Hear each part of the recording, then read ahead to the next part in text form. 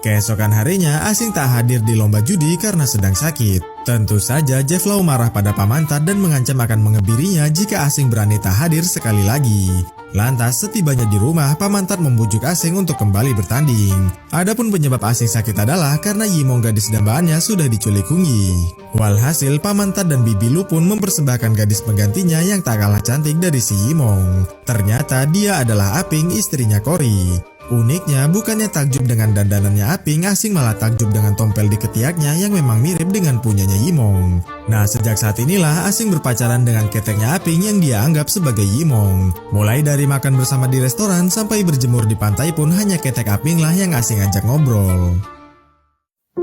Sepulang berpacaran, Sandra mengalami cedera karena harus selalu mengangkat ketiaknya. Lalu saat masuk ke kamarnya, Cory yang cemburu bermaksud untuk minggat dari sini. Cory tak menyangka Aping mau-maunya melakukan itu hanya demi uang saja. Padahal alasan Cory mencintai Aping adalah karena Aping mampu menjaga harga dirinya meski kondisi hidupnya sangatlah miskin. Mendengar pertengkaran itu, Asing jadi tak enak hati kepada Cory dan juga Aping. Lantas Asing membela Aping dan mengakui jika dirinya lah yang sebenarnya bersalah. Tengah malam harinya setelah pertikaian itu, Asing terlihat duduk merenungi kesalahannya barusan. Kemudian saat Pamantat mau menghampiri Asing, Pamantat hanya mendapati sepucuk surat dari Asing yang ada di ranjangnya. Ternyata Asing memutuskan untuk pulang ke Cina karena sudah merasa sangat bersalah. Asing juga berpesan agar Pamantat tidak berjudi lagi, begitu pula dengan dirinya. Kemudian saat Pamantat mau mencari Asing keluar, tiba-tiba saja kacung Jeff Lau melarangnya. Karena Pamantatlah yang harus bertanggung jawab jika di final nanti Asing tak bertanding judi.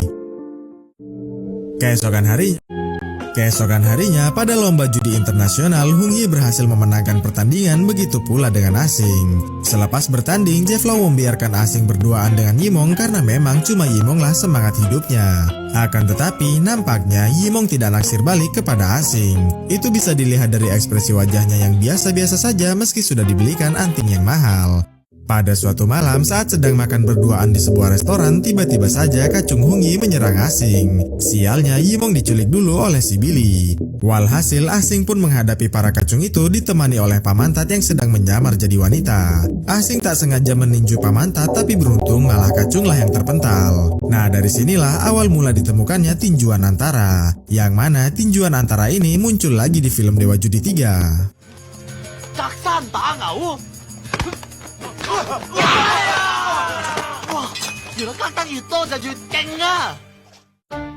Keesokan harinya, Asing tak hadir di lomba judi karena sedang sakit. Andilo berhasil melumpuhkan Husen.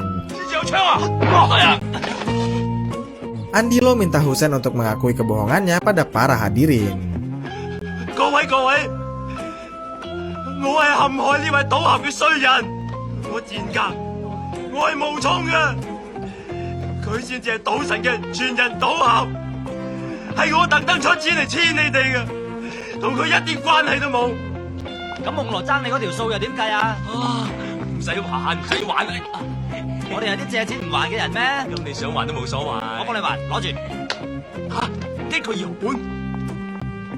Kemudian datanglah Charles dan Monica ke sana. Andilo berpesan bahwa Husen harus segera ditahan sesaat berlabuh di Hong Kong.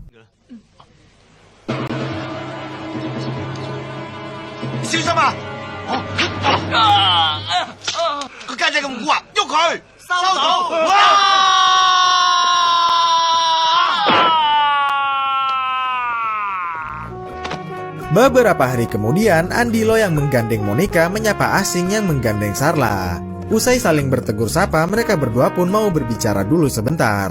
Karena Chuyun Fat melarang mereka menggunakan uang judinya demi keuntungan, maka Andilo usul agar Asing mengalah saja saat berjudi melawannya. Kalau sudah jatuh miskin, maka Andilo akan menyumbangkan semua uang judinya kepada Asing. Dengan begitu, Andilo tetap dianggap bersedekah meski nantinya uang itu akan dibagi dua.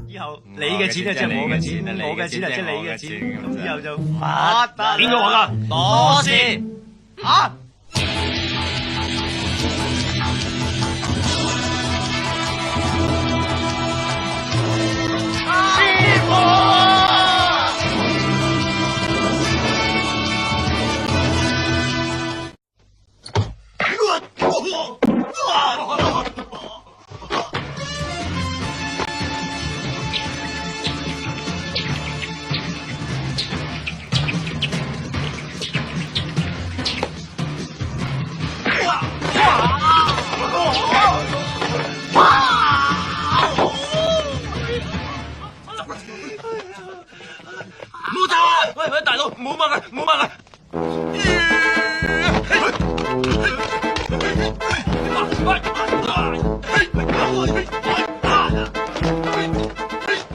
喂，你唔攰㗎？攰啊，冇辦法啦。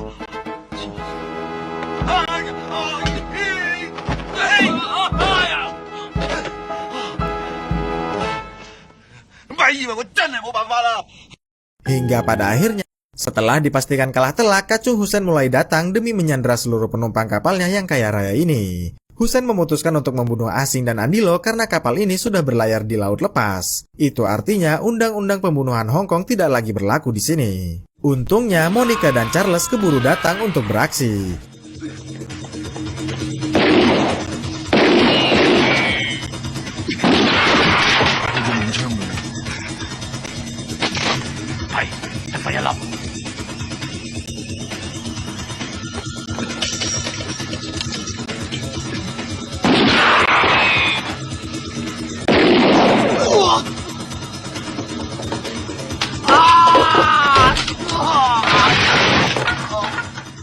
Sementara itu, Asing bergegas kabur demi melindungi Sarla dari serangan para kacung. 呢鋪牌咁即係算點至得㗎？呢個撲！好，我睇你點贏我。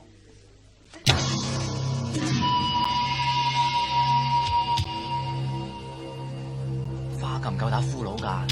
花你都打到我俘虜，咁你老豆都變鬼佬啦！如果花加條蛇又夠打冇啊！哎呀，哇，同花順喎！我老豆何止會變鬼佬啊，直情可以變做你老母啊！所以生到你隻眼咁露頭。點解會咁㗎？我明明捉走你嘅底牌㗎。係，我一早就知道你可以變走我嘅底牌，所以我一早將隻底牌換咗俾星仔。你變嗰隻只係星仔嘅底牌傾啫。呢兩個撲街冚家鏟！哦，未散光就講粗口，今次輪到佢冇特異功能啦啩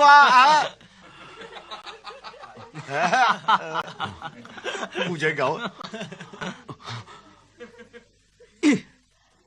Karena sudah tak punya kekuatan lagi, maka Dukun mengundurkan diri dari pekerjaannya.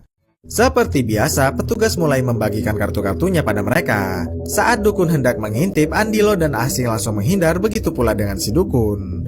Lalu dibagikanlah kartu-kartu berikutnya. Hussein punya kartu tuper yang berpeluang menjadi full house. Begitu pula dengan si Dukun. Andilo juga sebenarnya mirip punya three of a kind yang berpeluang menjadi full house juga. Sedangkan Asing punya 4 kartu sejenis yang berpeluang menjadi straight flush, kartu tertinggi nomor 2 di judi poker. Daripada kalah, maka Dukun berniat mengubah kartu yang sedang ditutup Asing demi mencegahnya mendapatkan straight flush. Tentu saja Asing juga mulai membentengi kartunya itu. Andilo sendiri merasa bahwa kartunya lah yang mau diubah oleh si Dukun. Menganggap kartu Andilo sudah diubah, maka Hussein dan Dukun pun bersedia bertaruh besar.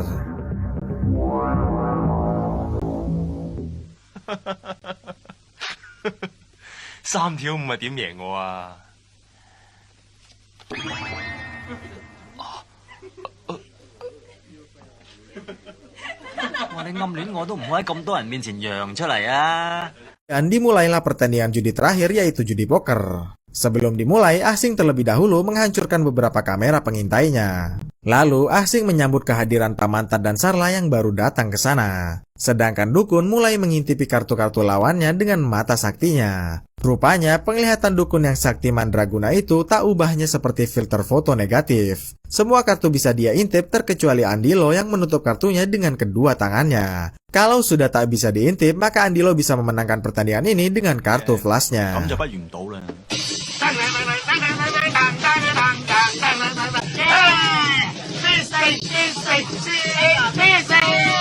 Setelah menemukan celahnya, Andilo terus saja mengalami kemenangan demi kemenangan.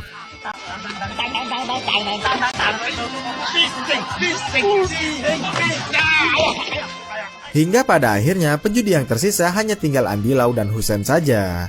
Ogah bermain berdua, maka Hussein menyuruh Dukun untuk ikut juga bermain. Sedangkan Andilo mulai menyuruh Asing untuk ikut bermain juga. 睇你咯，我想做啦隊喎。唔得。而家我哋唯一嘅障礙咧就係嗰個單眼佬。如果個單眼佬冇咗第二功能而你有嘅話咧，我哋係贏緊。有冇辦法？ Setelah berdiskusi, mainlah mereka berdua melawan si dukun.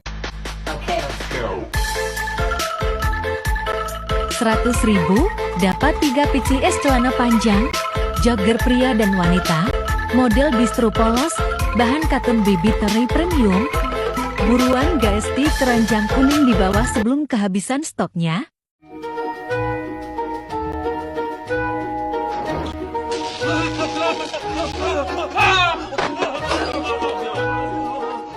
Sialnya, dengan tenaga gaibnya, dukun mengubah posisi dadunya lagi.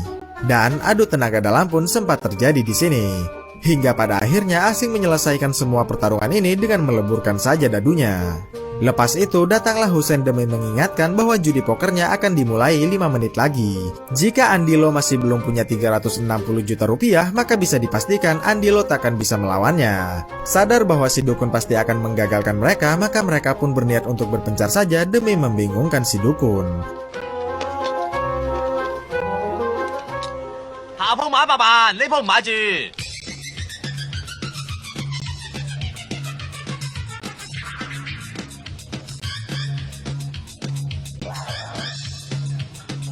咁頻能啦，頂得住冇？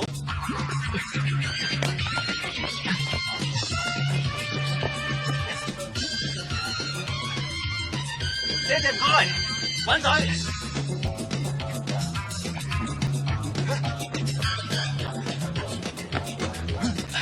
咁頻能啦，係咯係咯，啊！冇時間，幫我買晒佢，唔該。煙仔唔受喎，買一條煙啫喎，得啊，得嘅咩？ Pada akhirnya Asing pun sukses menipu si dukun. Sementara itu Andilo yang ada di bawah sedang bermain judi tanpa gangguan. Ditambah lagi Asing membalaskan jurus hipnotisnya tadi. Di alam bawah sadarnya, dukun yang tampil bagaikan cewek terlihat menari-nari kegirangan di tengah kobaran api yang menyala-nyala. Setelah dukun sadar dari hipnotisnya, Andilo sudah memenangkan judinya. 你扮女人個樣好淫喎。 Kemudian, supaya kerja mereka lebih tepat sasaran, maka Asing usul agar mereka berpencar saja. Asing sendiri bertugas untuk membebaskan Pamantat yang sedang disekap.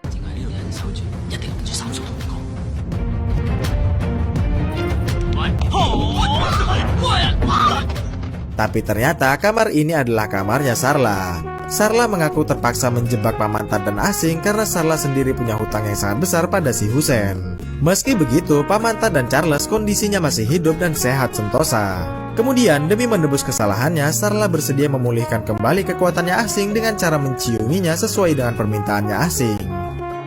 Usai diciumi Sarla, Asing pun bergegas menghampiri Andilau demi membantunya. Lalu duduklah Asing di dekatnya Andilau. 出邊係都要我打胎。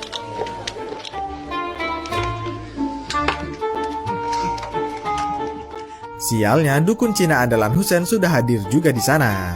Dukun menatap tajam matanya Asing demi menghipnotisnya. Dan hasilnya, Asing terbawa masuk ke dalam hipnotisnya dukun seolah-olah sedang bermain musik tradisional Cina di dalam sebuah gubuk di tepi laut. Hingga saat Asing sadar, Asing pun jadi bahan tertawaan dari para hadirin. Sadar bahwa dukun bisa menghipnotis, maka Asing berjanji akan membalasnya karena kekuatannya itu sudahlah pulih. Kemudian mulailah petugas mengocok dadunya. Andilo terlihat fokus mendengarkan suara dadunya. Sementara Asing punya penglihatan tembus pandang. Meski mereka sudah sama-sama tahu, tapi masalahnya petugas itu punya alat di bawah mejanya untuk mencurangi mereka. Kalau begitu, maka Asing memutus kabelnya saja menggunakan tenaga gaibnya. Setelah itu, barulah Andilo berani bertaruh. Husen sengaja menjatuhkan uangnya agar Andilo mau berlutut di hadapannya. Akan tetapi, Andilo yang cerdik malah menghimpit uang itu dengan kedua kakinya. Kemudian, Andilo melakukan salto indah ke belakang sembari mengambil uangnya. Mula-mula, Andilo bermain judi dengan modal rendah dulu seperti menebak angka dadu. Karena dibekali pendengaran yang sangat tajam, maka Andilo bisa dengan mudah menebak dadunya. Bahkan, sekalipun petugas mencuranginya, Andilo langsung menyadarinya. Berhasil memenangkan tebak dadu, kini Andilo bermain judi kartu. Lalu mulailah Andilo mengintip satu kartunya yang masih tertutup. Seperti biasa, kamera CCTV mulai mengintipi kartunya Andilo. Meski hanya terlihat sedikit saja, tapi sistem komputer mereka masih mampu mengenalinya. Menurut komputer, kartu itu kemungkinan besar adalah kartu as. Lantas, Husen menyuruh petugas untuk memberikan kartu bagus pada lawannya Andilo agar Andilo jadi kalah. Sialnya, tebakan komputer Husen tadi adalah salah total. Karena ternyata kartu Andilo adalah angka 8 bukannya kartu as. Itu artinya Andilo gagal dicurangi. 豈有此理！我有個大話，我睇翻嘅時候知足快捷行切埋啲啤牌，就甩嗰隻牛盤，旁邊啲人睇到以為係煙屎添。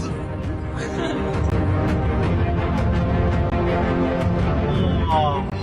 玩咯，都成10幾萬啦，出邊嗰100蚊裝算係你嘅 ，OK。咁渣。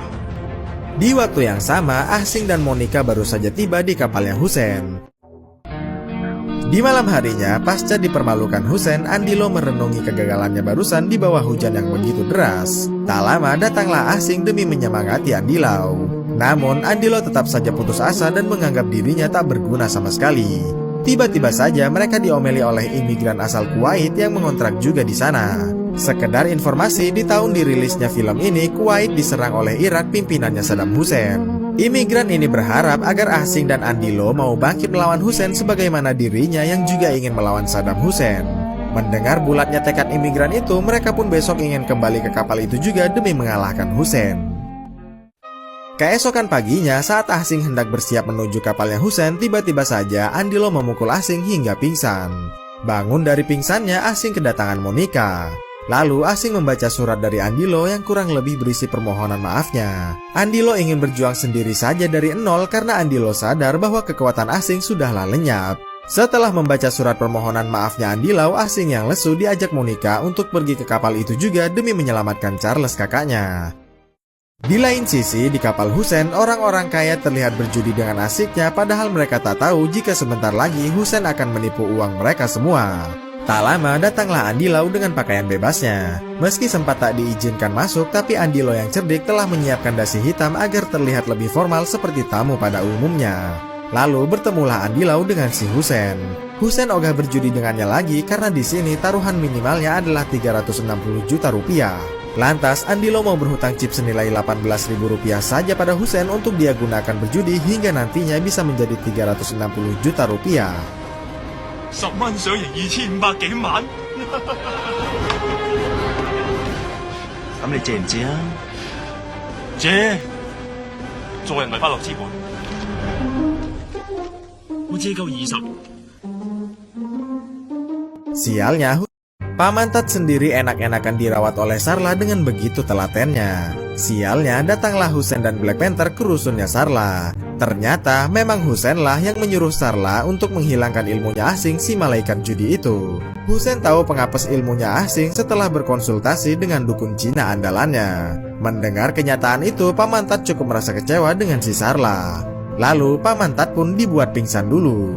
Adapun alasan kenapa Sarla mau bersekongkol dengan Hussein karena Sarla terjerat hutang yang sangat banyak kepada Hussein.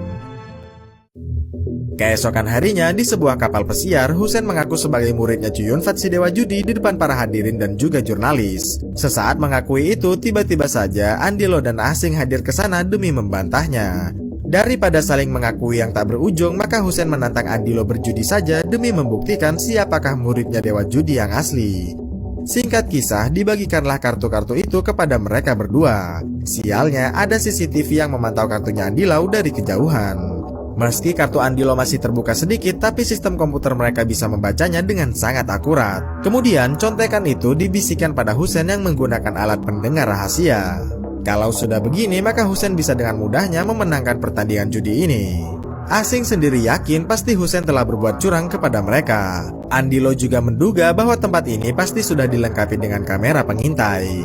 Karena sudah kalah, maka Andilo ingin menelpon Chuyunfat saja demi mengkonfirmasi jati dirinya. Sialnya, meski telepon Andilo sudah tersambung pada Chuyunfat si dewa judi, tapi dari atas sana Black Panther mengancam akan membunuh Charles dan juga Paman Tat. Walhasil, Andilo pun terpaksa menutup telepon dari Chuyunfat si dewa judi. Lantas pulanglah Andilo dan Asing dengan perasaan malu yang sangat besar. Tapi sebelumnya mereka harus mencari modal uang dulu demi bisa bermain melawan Hussein besok. Singkat kisah, tibalah mereka di depan tempat judi ilegal. Andilo berpesan pada Raven agar segera memanggil polisi jika nanti mendengar suara jeritan mereka berdua dari dalam. Setibanya di dalam, mereka langsung bermain judi dengan orang-orang yang tampaknya saja sudah sangat mengerikan.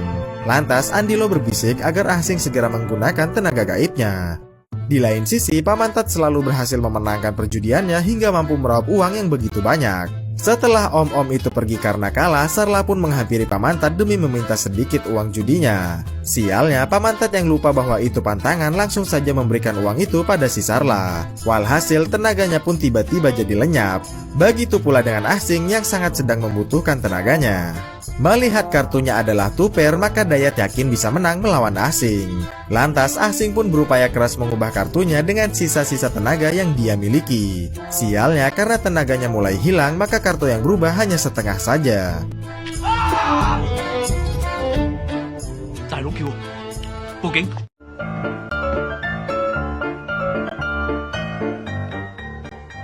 哎呀，原來呢兩級爛咗嘅，唔怪得唔踩落去啦，音樂唔到嘅。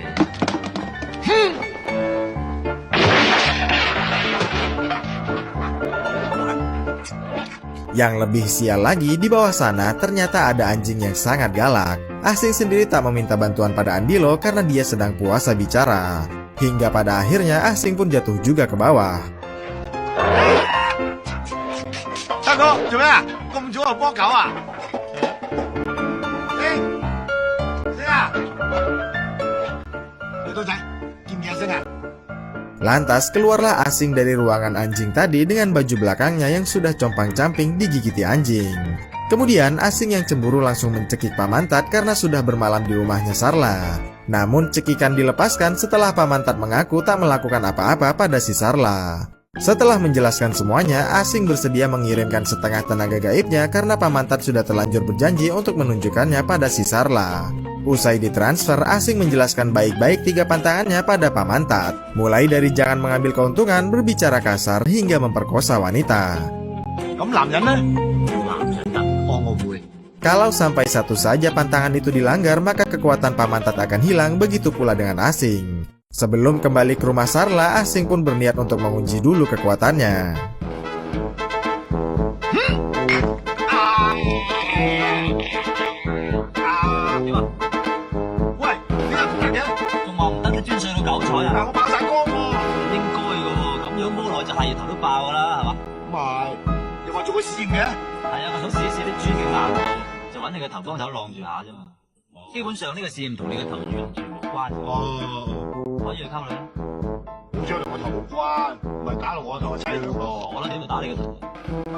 Singkat kisah, tibalah Paman Tat di rusunnya Sarla. Ternyata di dalam sana banyak sekali om-om tua kaya raya yang menjadi tamunya Sarla. Lantas Sarla minta Paman Tat menggunakan tenaga gaibnya untuk memenangkan judi dari mereka semua. Awalnya Paman Tat merasa takut, tapi selama uang judinya diniati untuk diamalkan, maka Paman Tat pun berani menyanggupinya. Di lain tempat, Andilo yang panik hendak menunjukkan pada Asing berita terbaru di koran, bahwasanya Husen yang mengaku sebagai murid Cuyun Fat sedang menggelar sebuah kapal untuk kegiatan amal. Rencananya Husen mau mengadakan jumpa pers di sana besok. Mengetahui rencana Husen yang mau mencemarkan nama baik Cuyun Fat, maka mereka berdua pun mau ke sana juga besok untuk berjudi. Andilo menerima kabar bahwa Charles masih hilang tak ditemukan. Sementara tuannya masih panitia Jepang sudah tewas dibunuh kacungnya Husen. Tentu saja itu buruk bagi Andilau karena di negara Hong Kong ini cuma Charles dan tuannya malah yang tahu jika Andilau ini muridnya Cuyun Fat si Dewa Judi. Kalau begini caranya, Husen pasti bisa dengan mudah mengaku-ngaku sebagai muridnya Cuyun Fat. Mendengar kegentingan itu, Asing pun berupaya keras menggunakan tenaganya untuk menerawang di manakah keberadaan Charles sekarang. Ternyata Charles yang pingsan digotong masuk ke dalam sebuah klub malam bernama Dreamlow. Baru saja menerawangnya, mereka bertiga langsung bergegas menuju klub malam itu. Namun karena takut ada jebakan di dalam sana, maka Asing usul agar Paman Tat dan dirinya saja yang masuk ke dalam sana. Sedangkan Andilau disuruh menunggu di luar saja. Setibanya di dalam, Asing bermaksud untuk meniru duduknya seseorang yang kakinya diletakkan di atas meja. Karena kakinya tak sampai, maka Asing memajukan kursinya saja agar kakinya bisa diletakkan di atas mejanya. Tapi sial, Asing yang berniat menyenderkan kursinya malah terjungkal karena kursinya sudah dia majukan tadi. Tak lama, Ah Sing dihampiri Sarla yang mengaku sebagai pemilik klub ini. Tentu saja Ah Sing jadi girang karena menyangka bahwa Sarla ini adalah Himong, gadis dambaannya di film All for the Winner. Meski bukan film No Way Home, tapi konsep bentrokan antar universe ala-ala Spider-Man pernah sempat terjadi juga di sini. Yang mana sebelumnya Sarla dan Pamantat sama-sama pernah bermain di film judinya Chow Yun-fat dan juga film judinya Stephen Chow. Meski begitu, saya pastikan kekusutan ini tak akan membingungkan karena sepertinya adegan pertemuan ini hanya demi mengejar komedinya saja. Tidak terlalu berpengaruh ke jalan cerita filmnya. Singkat kisah, Sarla mengaku naksir pada si tua Pamantat karena kumis dan perut buncitnya. Lantas, Sarla mengajak Pamantat untuk bermalam di rumahnya saja. Meski Ah Sing cemburu, tapi pada akhirnya mereka pun pergi juga. Keesokan paginya, Andilo mengomeli Ah Sing karena bukannya mencari Charles, Ah Sing malah enak-enakan merayu Sarla tadi malam. Lantas, Ah Sing berupaya menjelaskan semuanya, tapi sudah pasti Andilo ogah mendengarkannya lagi.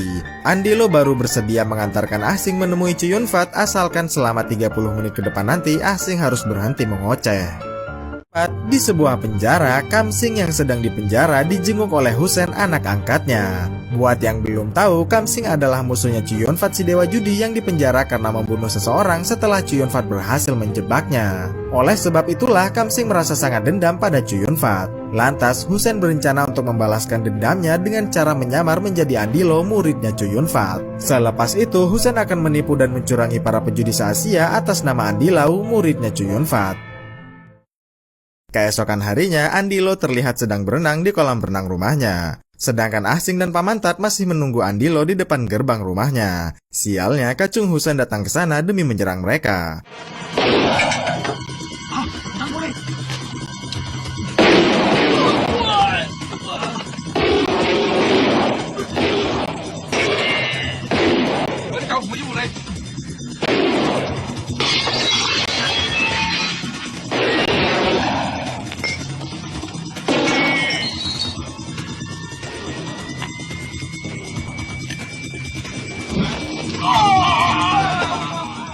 Nah, di saat Andilo sedang ngumpet, Ah Sing dan Pamantat mulai heran kenapa ada suara berisik dari dalam.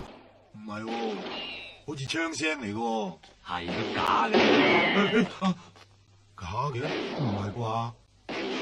都扮晒喎，嚇！你驚咩啫？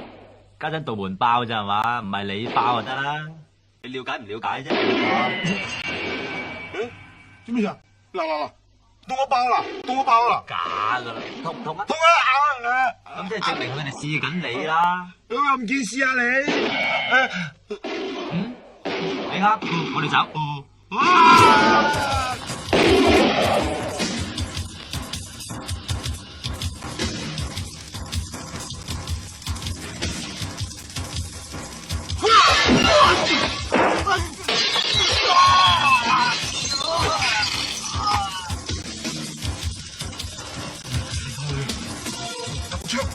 有。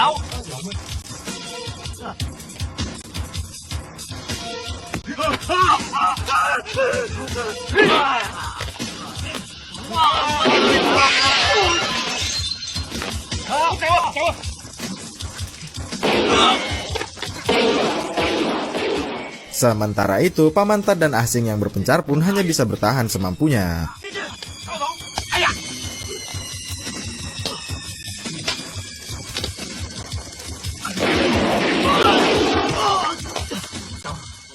Setelah mereka bertiga kabur, datanglah Black Panther, kacung andalannya Husen.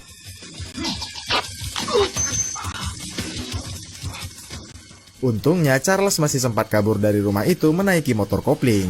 Akan tetapi Black Panther yang mengikutinya pun berhasil melakukan ini.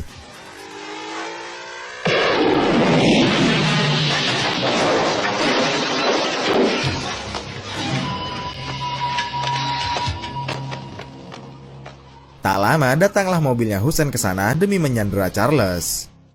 Sementara itu, Andilo mengajak Ah Sing dan Pamantat menuju ke rumah lamanya saja. Setibanya di dalam rumah, Andilo langsung teringat kenangan masa lalu saat pertama kali bertemu dengan Chow Yun-fat, guru judinya. Kala itu, kepala Chow Yun-fat pernah cedera parah dan sempat dirawat di sini. Di tengah mengenang masa lalu, tiba-tiba saja Ah Sing bisa melihat juga ingatan itu. 你做咩啊？你嘅思緒好凌亂，你點知啊？我隻手指掂你嘅頭，知你諗緊乜；掂你嘅嘴，知你食過乜；掂埋你隻手，知你冇講乜；再掂你嘅，切，咁都信？喂，我唔信，摸你唔得。Pada malam harinya, sebagai bentuk permohonan maafnya yang tadi pagi itu. Sayangnya, Monica menolaknya sambil mengaku sudah bertunangan. Melihat ada penolakan itu, Ah Sing pun menggunakan kekuatan hipnotisnya guna mengelabui Andilau. Di alam bawah sadarnya, Andilo dipersilakan masuk ke kamarnya Monica untuk melakukan adegan tak senonoh. Sudah pasti Andilo tak menolak kesempatan emas bercampur intan permata ini. Setibanya di dalam, Andilo langsung menanggalkan pakaiannya, tapi di saat ini pula lah Andilo tiba-tiba keluar dari alam hayalnya. Dan ternyata sedari tadi Andilo sedang berada di kamarnya Charles. Sontak saja Charles menegur Andilo sambil bertanya mengapa. Walau Andilo sempat terkejut dan terheran-heran juga, tapi Andilo tetap berlagak seperti orang tak bersalah agar tak semakin mati gaya. Lalu keluarlah Andilo dari kamarnya Charles, pengawalnya itu.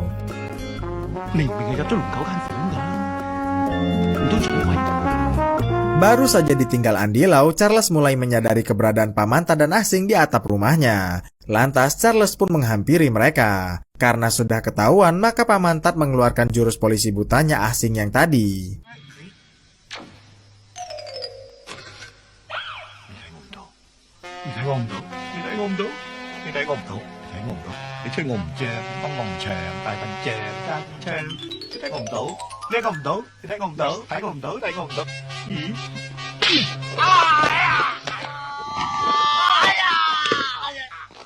Andilo mengancam akan lapor pada polisi jika mereka masih nekat kembali kemari. Namun Ah Sing dan Pamantat tetap merengek pada Andilo agar diantarkan menemui Chuyun Fat si dewa judi. Kalau begini caranya, maka Charles mengajak Andilo untuk tidak menanggapi mereka.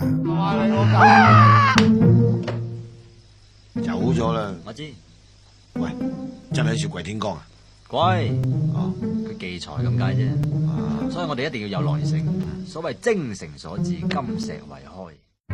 Di lain tempat, walhasil Ah Sing pun mengiklankan dirinya saja di televisi sambil berpenampilan ala-ala pejudi profesional. Di dalam iklan itu, Ah Sing meremehkan kemampuan dewa judi sambil mengaku sebagai malaikat judi. Sensasi ini sengaja dia lakukan agar mendapatkan perhatian dari Chuyun Fat dan ujung-ujungnya diangkat jadi muridnya.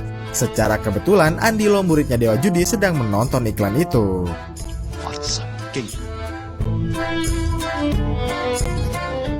Selepas menonton TV, Charles bilang bahwa Andilo akan diperkenalkan sebagai kesatria judi di sebuah acara amal nanti. Adapun panitia acara amal itu adalah orang Jepang yang bernama Tuan Yama. Lalu saat Charles sedang menerima telepon dari Monica, Andilo bergegas menghampiri Yama demi bertanya apakah Yama punya kenalan cewek Jepang dari klub malam. Sialnya, Yama menolak karena Chuyun Fat sudah memesannya agar menjauhkan Andilo dari gadis klub malam manapun. 我試下你咋，果然係我師傅好朋友，一啲都冇破壞賭神嘅名譽嘅。 Setelah Yama pamit pulang, Andilo bergegas menelpon Raven adiknya agar membawakan gadis tunasusila ke rumah barunya ini. Sayangnya, saat lagi asik-asik nelpon, tiba-tiba saja Pamantat dan Ah Sing menerobos masuk ke dalam layaknya seorang gangster yang kejam. Baru saja saling berhadapan, Andilo dan Ah Sing sempat saling menatap tajam. Ah Sing ingin Andilo mengantarkannya menemui Chuyun Fat, guru judinya. Sambil mengoceh, Pamantat dengan sigap menyediakan kursi bagi si Ah Sing. Tak suka melihat lagaknya, Andilo pun diam-diam menggeser kursinya. Akan tetapi, Ah Sing tidak jatuh hingga membuat Andilo dan Pamantat jadi tercengang. Nampaknya hukum fisika di film ini sama seperti hukum fisika di film kartun, di mana tokohnya baru akan terjatuh sesaat dia menyadarinya. 冇啊！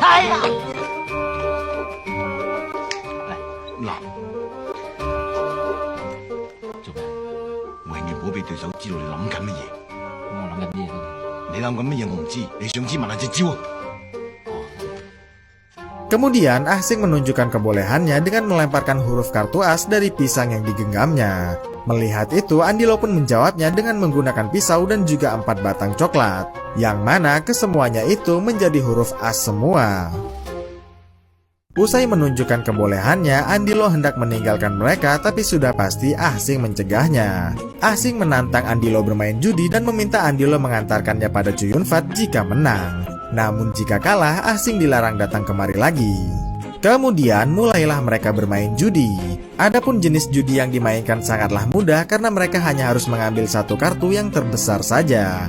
Asing sendiri sudah mendapatkan kartu tertinggi yaitu kartu as. Sementara Andilo mencaplok langsung kartu di bagian tengah yang ternyata kartu as juga. Mengetahui kartu Andilo as juga, maka Asing menggunakan tenaga dalamnya untuk mengubah kartunya jadi kartu terkecil. Adapun caranya, Asing hanya perlu menggosok kartunya yang nantinya akan berefek pada kartunya Andilo. Ternyata benar saat Andilo menunjukkan kartunya, tanpa sepengetahuannya kartu itu sudah berubah jadi angka 2. Meski begitu, Andilo tetap tersenyum ceria. Nah, saat giliran Asing yang menunjukkan kartunya, rupanya kartu Asing juga bernilai 2 wajib. Ternyata Andilo sudah menukar kartunya karena memang Andilo punya kecepatan tangan yang sangat luar biasa. Andilo memuji kemampuan Asing barusan, akan tetapi memang pengalamanlah yang terkadang cukup menentukan hasilnya. Baru saja mengalahkan Asing, Andilo melaporkan keberadaan mereka pada si Charles. Tanpa banyak bicara, Charles langsung mengambil tindakan tegas kepada mereka berdua.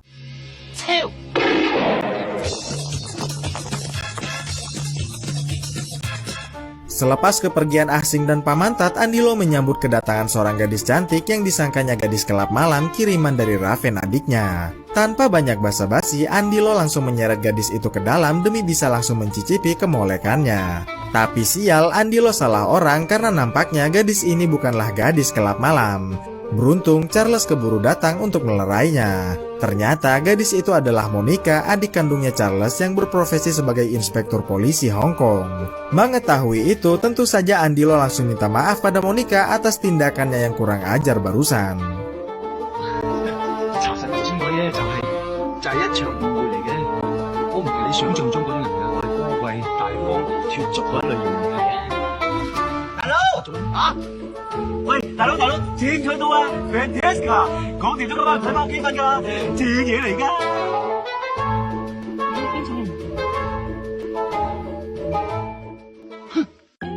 Di malam harinya, Asing yang nekat kembali mengajak Pamantat untuk mengganggu Andilo lagi. Tujuannya agar Andilo tak betah dan mau mengantarkan mereka menemui Chuyun Fat.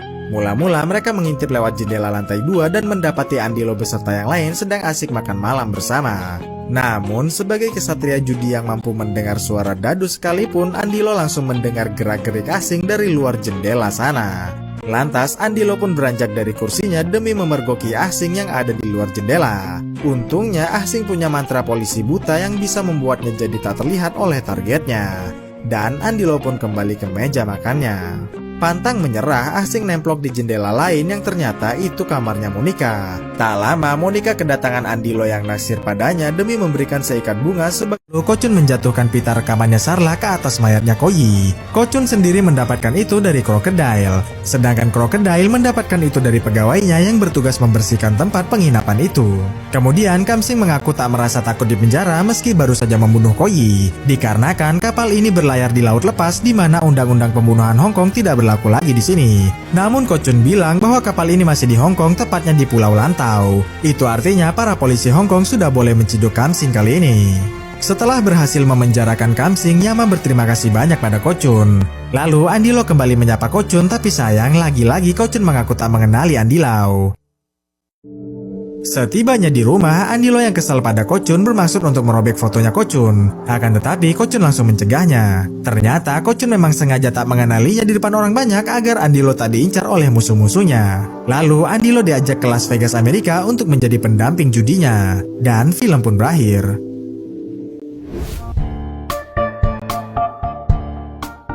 Ya itulah tadi akhir dari rangkuman film God of Gamblers. Ya, berangkatlah Kochun dan rombongannya ke kapalnya Kamsing. Setibanya di atas kapal, Koyi benar-benar terlihat seperti orang yang ada di pihaknya Kochun. Sementara itu, Andilo yang menyamar jadi pelayan mulai menghajar kacungnya Kochun. Lalu Andilo bilang bahwa Koyi itu pernah mau menghabisi nyawanya. Meski Kochun tak mempercayainya, tapi Kochun tetap membiarkan Andilo untuk menonton pertandingannya.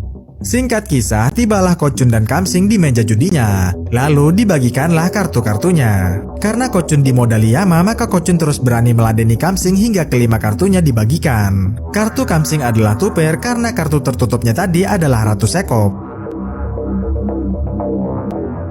Sedangkan kartu Kocun berpeluang menjadi flash alias 5 kartu sejenis, asalkan kartu tertutupnya itu juga berjenis hati. Kartu flash sendiri ada di peringkat 5, sedangkan kartu tuper cuma berada di peringkat 8. Kocun sengaja tersenyum padahal itu cuma gertakannya saja agar Kamsing tak meladeni taruhannya. Tapi Kamsing meladeninya sambil membuka kartu tertutupnya yang tak lain adalah tuper. Rupanya gertakan Kocun tak mempan lagi karena Kamsing sudah tahu kartu tertutupnya Kocun berkat kacamata khususnya. Walhasil Kocun pun mengaku kalah pada babak pertama ini. Di lain sisi, Charles menyuruh nakodanya untuk menghentikan kapalnya. Kembali ke Kocun. Di babak kedua, Kocun langsung menutupi kartu tertutupnya agar tak bisa dilihat lagi oleh Kamsing. Keesokan harinya, pulanglah Kocun ke tempat penginapan mereka. Kocun masuk ke kamarnya yang tampak rapi demi mengenang masa-masa indah bersama Sarla. Tak lama, Kocun menerima telepon dari Crocodile, sahabat judinya yang sekaligus pemilik penginapan ini. Bahwasanya petugas kebersihan rumah itu sempat menemukan hal penting di kamar itu. Pada malam harinya, datanglah Kamsing ke markasnya Anam mengingat dia adalah atasannya Anam. Karena di sini sedang ada Koyi, maka Koyi mengajak Kamsing untuk menjebak Kocun juga. Lantas diputarkanlah video permainan judinya Kocun di depan Kamsing. Ternyata hebatnya Kocun itu bukan karena bakat, melainkan karena trik saja. Kamsing bilang rahasianya itu terletak pada cincinnya Kocun yang selalu dia gosok. Anam sendiri masih belum menyadarinya.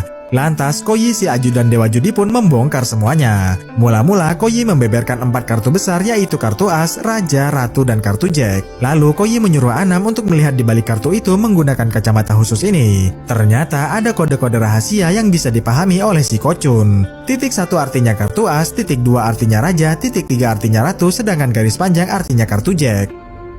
Adapun tanda titik itu dibuat oleh jarinya Kocun menggunakan cairan kimia yang bisa lumer dari cincinnya itu. Lalu Koyi memberikan kacamata khusus itu pada Kamsing yang baru bisa diproduksi oleh Amerika. Keesokan hari, Kocun melalui tangannya Anam. Koyi bilang bahwa Kocun sedang berada di villa esek-esek di wilayah Mongkok. Tentu saja Anam menyanggupinya karena dia juga punya dendam pada si Kocun. Singkat kisah, kacung-kacung Anam mulai menggerebek villa itu. Di waktu yang sama, Charles juga datang ke kamar itu. Charles memperkenalkan diri sebagai mantan prajurit perang Vietnam yang diutus untuk melindungi dewa judi. Belum sempat mengagumi jati diri aslinya Coklat, Charles langsung mengajak mereka semua untuk keluar dari villa ini. Mereka dituntun lewat tangga darurat agar tak ketahuan oleh para kacung. Sialnya, baru saja muncul di parkiran, mereka langsung diserang oleh para kacung. Untungnya, Andilo mampu menanganinya setelah dipinjami pistol oleh Charles tadi. Coklat sendiri bersembunyi karena sangat ketakutan dengan suara tembakan. Nah, di saat inilah Koyi muncul juga ke sana. Menyadari Kocun seperti orang yang kurang waras, maka Koyi pun hendak menghabisinya. Beruntung Andilo keburu mencegahnya. Sesaat membuat Koyi pingsan, Andilo pun pergi sambil membawa pistolnya Koyi. Sementara itu, Coklat yang sangat ketakutan memutuskan untuk kabur saja. Saking takutnya, Coklat sampai terpeleset yang mengakibatkan kepalanya jadi terbentur. Karena saat itu ada polisi setempat, maka Coklat pun dibawa ke rumah sakit oleh polisi. Di dalam rumah sakit, baru saja bangun dari pingsannya, Coklat langsung bisa mengenali sosok Koyi lagi. Ternyata benturan di kepala tadi membuat ingatan Kocun jadi kembali lagi. Lantas Kocun menanyakan kabar Sarla, pacar tercintanya. Koyi bersandiwara sedih sambil bilang bahwa Sarla sudah tewas akibat kecelakaan tunggal di tempat penginapannya. Saat Koyi menenangkan Kocun yang sedang terpukul, tiba-tiba saja Andilo datang ke sana. Andilo langsung menyerang Koyi karena waktu itu dia sempat mau menghabisi nyawanya Kocun. Sialnya, Kocun yang ingatannya kembali malah tak mengingat sosok Andilau. Walhasil Andilau pun diusir polisi. Nah, dari hasil judi inilah mereka sampai-sampai bisa membeli sebuah mobil Suzuki. Pada suatu hari, Andilo memeriksakan Kocun ke rumah sakit demi mengetahui penyakit apakah yang dideritanya. Kata dokter, Kocun mengalami lupa ingatan karena ada darah yang membeku di kepalanya. Jika gumpalan itu dilenyapkan melalui operasi, maka ingatannya mungkin bisa kembali. Usai diperiksa, Andilo rela menjual mobil dan sebidang tanah yang dia miliki untuk membayar uang muka operasinya. Bahkan Andilo rela untuk tidak membayar hutangnya dulu. Lantas, agar tak dicari para penagih hutang, maka Andilo akan mengajak mereka mengungsi dulu ke sebuah villa. Singkat kisah, mengungsilah mereka ke sebuah villa yang tak lain adalah sarangnya bisnis esek-esek. Di malam harinya, saat kawan-kawannya masih pada di luar, Coklat yang kesepian mencari-cari mainan dan malah menemukan nomor teleponnya Charles. Lantas, Coklat yang penasaran menelpon nomor itu yang langsung terhubung pada si Charles. Untungnya, sambungan telepon mereka juga terhubung dengan teleponnya pramu-tamu villa. Walhasil, Charles jadi tahu jika Kocun sedang menelponnya dari villa esek-esek. Di lain tempat, Koyi yang mabuk dengan lancangnya masuk ke kamarnya Sarla. Ternyata sudah lama Koyi membenci Kochun yang dianggapnya sudah merebut Sarla darinya. Lantas Koyi bermaksud untuk meruda paksa Sarla. Menyadari alat perekamnya masih menyala, maka Sarla pun bertanya demi memancing Koyi. Ternyata Koyi juga sudah lama berniat untuk menghabisi nyawa Kochun karena dia ingin mengincar uangnya yang tersimpan di bank Swiss. Usai memancing Koyi, Sarla sempat beranjak, tapi sayang Koyi tak sengaja melempar Sarla sampai jatuh keluar halaman rumah. Lalu menyadari Sarla sempat merekam ucapannya, maka Koyi pun merusak pita rekaman itu. Bahkan Koyi juga sempat membakarnya. Selepas itu, Koyi bermaksud untuk meruda paksa mayatnya Sarla. Dan di waktu yang sama, awan pun mendung yang mengakibatkan pita rekaman tadi tertiup angin dan tak jadi terbakar. Keesokan harinya, Koyi ingin menghabisi nyawa Kochun. Akan tetapi, meskipun gagal menipu Dayat, ternyata coklat bisa memenangkan judi poker darinya. Padahal, kartu Dayat itu sudah 2 pair kartu as dan juga jack. Sedangkan kartu coklat yang terbuka hanyalah 1 pair angka 3. Adapun kartu tertutupnya adalah 9 wajik. Nilai 9 wajik itu tadi sempat disaksikan juga oleh Andy Lau dan Raven. Namun secara mengejutkan, saat coklat membukanya, kartu itu berubah jadi angka 3 sekop. Tentu saja Andy Lau kaget bukan main karena dia menyaksikan sendiri kalau kartu tertutupnya itu tadi cuma 9 wajik. Kalau sudah begini, maka coklatlah yang menang. Sebab kartu coklat adalah 3 of a kind, sedangkan kartu Dayat cuma 2 pair saja. Selepas berjudi, mereka yang gagal menipu Dayat pun mau kembali pulang. Beruntung sekali sebelum pergi, Dayat memberikan uang 100 juta rupiah kepada coklat karena ternyata taruhan pacuan kudanya yang asal-asalan tadi benar-benar menang. Di malam harinya, Andy Lau meminta coklat untuk menunjukkan lagi cara mengubah kartu seperti yang dilakukan tadi di tempatnya Dayat. Dan secara diam-diam, Andy Lau menyembunyikan 2 kartu 3-nya kepada Raven. Anehnya, coklat tetap bisa dapat kartu 3 padahal jelas-jelas Andy Lau sudah menyembunyikannya tadi. Dan ternyata kartu yang dipegang Raven sudah berubah menjadi Raja Wajik. Entah bagaimana coklat melakukannya, tapi Andy Lau senang bukan main karena dia akan menjadi kaya raya dengan mengajak coklat untuk berjudi melawan siapapun. Keesokan harinya, Andy Lau mulai mengajak coklat untuk bermain judi di mana-mana. Keluar dari kereta, Kochun turun ke bawah demi mencari tempat yang aman. Sialnya, kaki Kochun kena jebakannya Andy Lau dan Raven hingga membuatnya jadi jatuh guling-guling. Mendengar jebakannya terinjak, mereka pun bergegas menghampirinya. Sadar bahwa mereka sudah salah sasaran, maka mereka memutuskan untuk merawat Kochun saja agar tak dituntut oleh polisi. Untungnya, Andy Lau punya nenek yang sangat berpengalaman dalam mengobati luka luar seperti ini.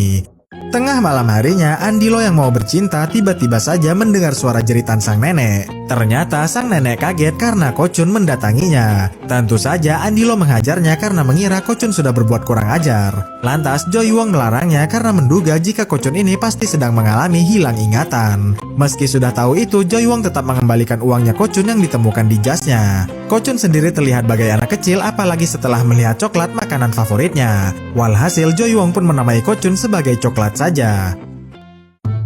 Keesokan harinya, Andy Lau mengajak coklat untuk menipu Dayat, seorang bandar judi ilegal dan juga orang yang pernah menghutangi uang pada Andy Lau. Setibanya di dalam, Andy Lau berpura-pura mempersilahkan Dayat untuk menipu sepupunya dari Amerika itu yang kaya tapi bodoh. Merasa bisa menipu banyak uang darinya, maka Dayat pun mengajak coklat untuk bermain judi poker.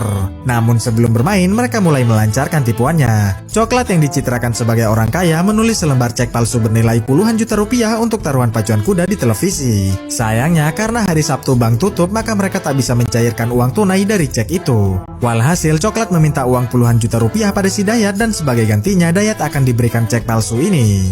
Tapi sial, bukannya mencairkan cek itu menjadi uang, Dayat malah langsung menelpon bandar judi pacuan kudanya untuk memasang taruhan sesuai yang diinginkan oleh mereka bertiga. Sadar sudah gagal menipu Dayat, Andy Lau hanya bisa memasang wajah masamnya. Akan tetapi meski sama-sama berani menaruhkan uangnya, diketahuilah bahwa 4 kartu terbukanya Kochun adalah 200, 10 keriting dan kartu as. Itu artinya kartu Kochun cuma 1 pair saja. Sedangkan kartu 6 adalah 2, 10, 7 dan 9 wajik. Itu artinya kartu terbuka mereka sama-sama 1 pair.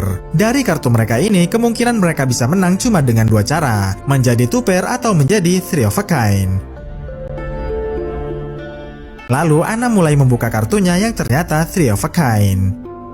Kochun sama sekali tak kaget karena ternyata kartu tertutupnya itu adalah ratu. Meski sama-sama 3 of a kind, tapi Kochun lah yang lebih unggul karena memang ratu itu lebih bernilai ketimbang angka 10. Kalau sudah kalah begini, maka Anam memberikan uangnya yang berupa selembar cek senilai 18 miliar rupiah. Baru saja Ko Chun pergi, Anam menyuruh kacungnya untuk mencegat dan merebut kembali cek itu dari si Ko Chun. Sementara itu, saat mau naik ke mobilnya, Ko Chun menyuruh Ko Yi dan Crocodile untuk pulang naik bis saja sambil membawa ceknya. Karena kalau naik mobil, Ko Chun yakin mereka pasti akan dicegat kacungnya Anam. Ko Chun sendiri mulai menelpon Charles, pengawal barunya. Dan ternyata benar, mobil Ko Chun langsung dicegat oleh kacungnya Anam. Beruntung Ko Chun sudah tak di sana karena Ko Chun sudah ada di atas kereta api. Tak kenal menyerah, Anam mengutus kacungnya yang lain untuk naik kereta juga. Beruntung Charles sudah ada di sana demi meringkus seluruh kacungnya Anam hanya dengan seorang diri saja. Usai menghajar mereka semua, Ko Chun mau langsung turun di sini saja, bukannya di stasiun. Nah, baru saja setelah dari Jepang, Ko Chun bertolak ke Hong Kong untuk liburan dan mengenang masa-masa kecilnya waktu di Hong Kong dulu. Sebelum nantinya Ko Chun akan kembali lagi ke Amerika. Adapun yang menemani Ko Chun berlibur adalah Sarla, pacarnya yang setia. Ko Chun juga membawa Ko Yi yang tak lain adalah ajudan pribadinya. Di lain tempat, pada sore harinya, Andy Lau terlihat sedang bermesraan dengan pacar cantiknya bernama Joy Wong. Sebagai seorang pengangguran, Andy Lau berjanji untuk lebih giat lagi berjudi agar bisa segera menikahi Joy Wong. Karena baginya, judi itu bisa mendatangkan banyak uang. Sepulang dari pacaran, Andy Lau dilarang pacaran di sini lagi karena ternyata sedari tadi mereka berpacaran di lahan orang. Meski Mansukh Ahmed ini muncul lagi di film Dewa Judi 2, tapi sepertinya perannya adalah berbeda. Di film ini, Mansukh Ahmed dicitrakan sebagai orang India yang sangat kaya. Sedangkan di film Dewa Judi 2, Mansukh Ahmed ini berperan jadi orang Kuwait sederhana sekaligus menjadi pemilik kontrakannya Raven, adiknya Andy Lau. Karena tak terima sudah ditegur, maka di malam harinya Andy Lau bersama Raven adiknya terlihat membuat jebakan lubang untuk menjebak Mansukh yang biasanya lewat sini. Di lain tempat, Ko Chun yang suka makan coklat terlihat menonton permainan judi sahabatnya yang bernama Crocodile. Sialnya, lawan Crocodile bernama Anam itu telah mencuranginya. Ko Chun mengetahuinya dari tipuan tangan yang dimainkan oleh si pembagi kartunya. Daripada Crocodile makin kalah banyak, maka Ko Chun pun bersedia menggantikannya. Namun sebelum bermain, Ko Chun menyuruh pramusaji cewek yang lewat untuk menjadi pembagi kartunya agar tak ada kecurangan. Dan si pramusaji pun membagikan kartu-kartunya. Setelah Suhan lalu berencana melarikan diri dari sana. Dia lalu mengambil sebuah pistol dan menodongkannya kepada seseorang. Dengan begitu akhirnya Suhan bisa melarikan diri dari sana dengan membawa mobil. Saat di perjalanan, Suhan mengingat perkataan Dahi ketika berbicara di telepon tadi. Dan dia akhirnya mengetahui tempat di mana Dahi disekap. Suhan lalu minta bantuan temannya yang seorang peretas untuk menemukan lokasi tempat tersebut. Dan membuat Suhan akhirnya menemukan lokasi tempat itu. Di sisi lain, di kantor polisi terungkap fakta bahwa Suhan bukanlah seorang agen biasa. Ditemukan bahwa Suhan adalah seorang pasukan khusus yang bekerja sama untuk Korea Selatan secara diam-diam. Walaupun kelakuan Suhan terlihat sangat konyol, ternyata kemampuannya tidak boleh dianggap remeh. Scene kemudian berpindah di mana Suhan sampai di tempat persembunyian yang menangkap Dahi dan Suhan akhirnya menyelamatkan Dahi yang terikat di sebuah ruangan. Dahi bertanya kepada Suhan mengapa dia mau menyelamatkannya. Dan Suhan menjawab dengan bercanda, kamu masih berutang 10 juta won. Hal itu membuat Dahi kesal padanya. Di sisi lain, terlihat Jun dan geng kapak sedang bertransaksi pembelian senjata api. Anak buah Jun mengetahui keberadaan Suhan lalu mendatangi Suhan dan mereka berdua pun berkelahi.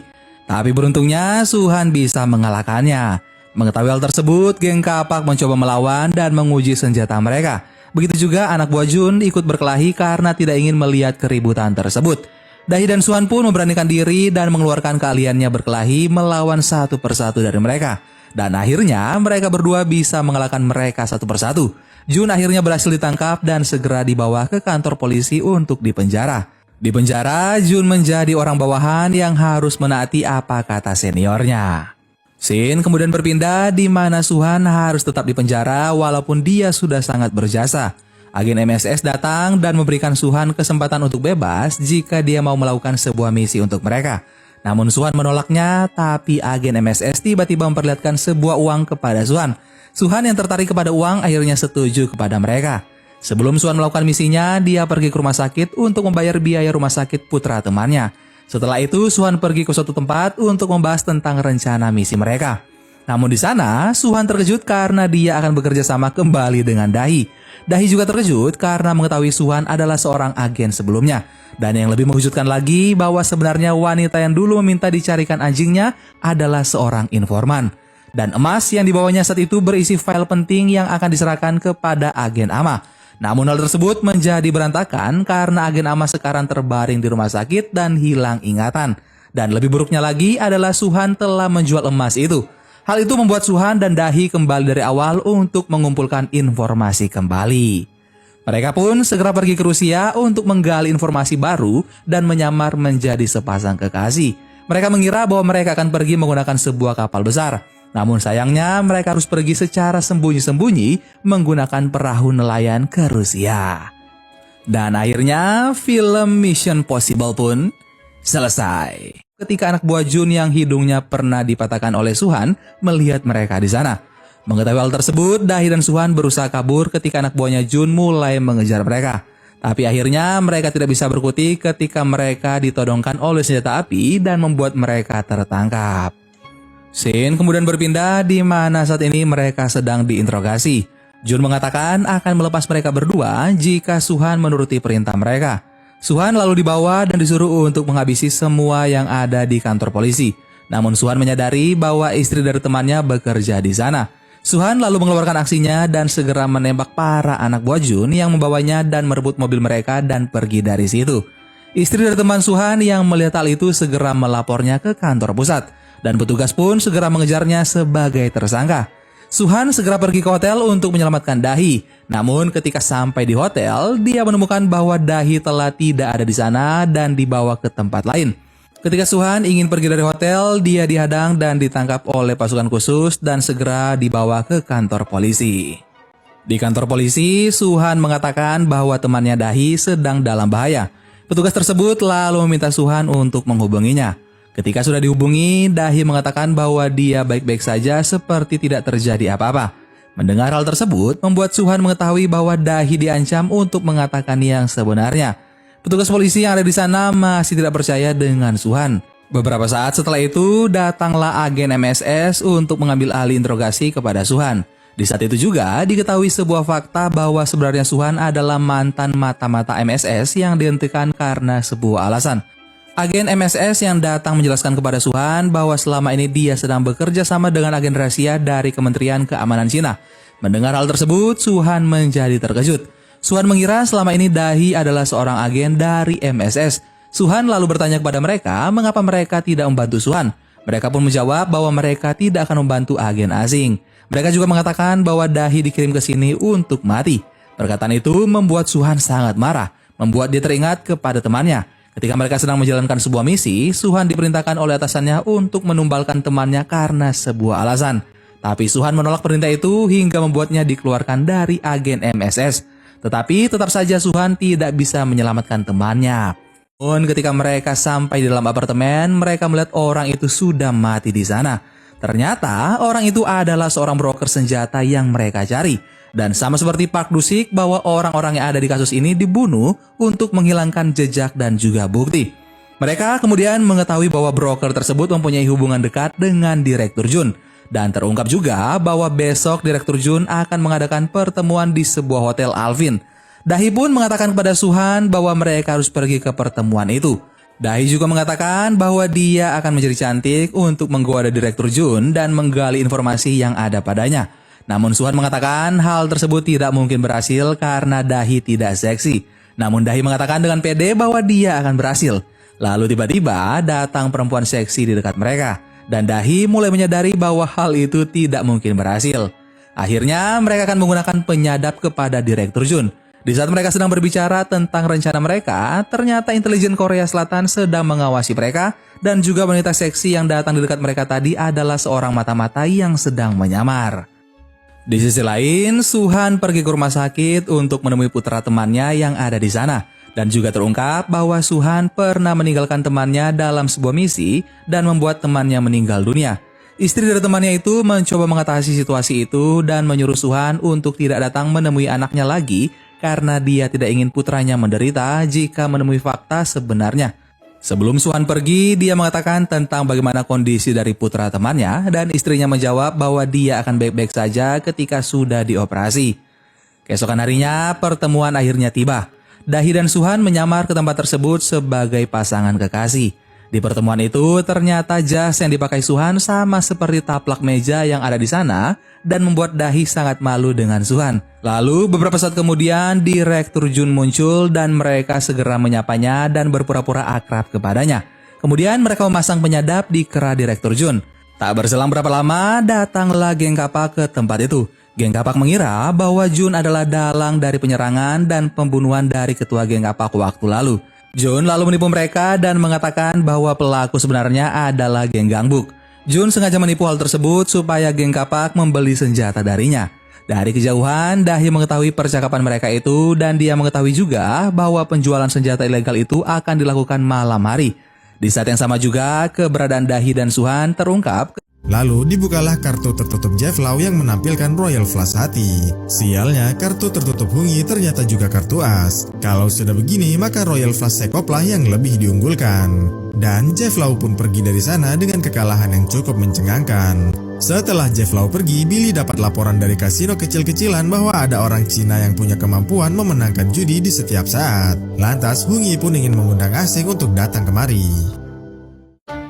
Keesokan harinya, lomba pacuan kuda terlihat sangat ramai akan pengunjung. Cory dan Bibilu sahabat Pamantat juga ada di sana guna memasang uang taruhan. Sialnya, setelah lomba selesai, kuda jagoan Cory dan Bibilu malah kalah. Itu artinya uang mereka sudah habis padahal uang itu mau digunakan untuk operasi keluarganya. Melihat Bibilu menangis, maka asing pun bertanya mengapa. Setelah Cory menjelaskan semuanya, maka asing mau meminjam tiket taruhan mereka terlebih dahulu. Ternyata asing bermaksud untuk mengubah tiket itu menggunakan tenaga gaibnya, agar nomor tiket undian itu bisa memenangkan taruhan ini. Setelah berhasil mengubah tiketnya, asing yang kecapean memberikan tiket itu pada Bibilu. Tentu saja mereka girang karena nomor tiket mereka berubah menjadi pemenangnya.